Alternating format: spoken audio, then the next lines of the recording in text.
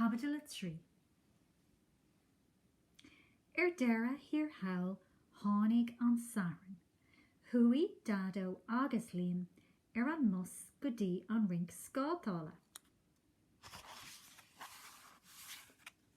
Seo, cur iad seo sa an bhean ag an doras le dado, agus thug sí péire scátaí dó.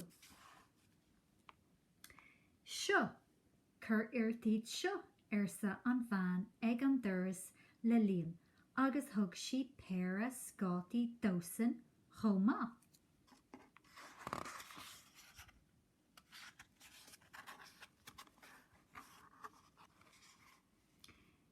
Ní féidir lom siúil an tú seo sa líam le dado. Tití mé, ní hití tú sa dado, tuairtí mise ar a dit, agus rug sé gráim lábha líam.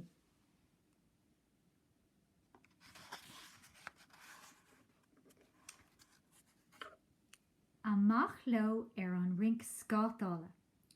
Siúling sa dado. Hín dado a chus amach agus níor a bhada go raibh sé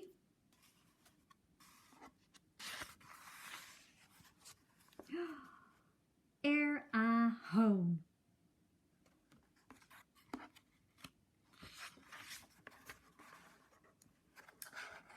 Dairg dado ach níor a bhada go raibh sé a hón ar ríis. Bhí líam ag brise a chrí ag góire faoi.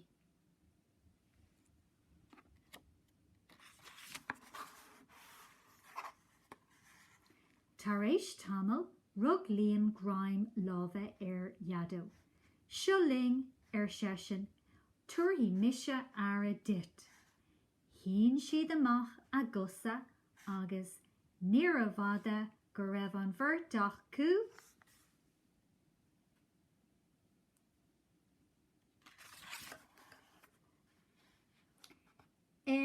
a dón.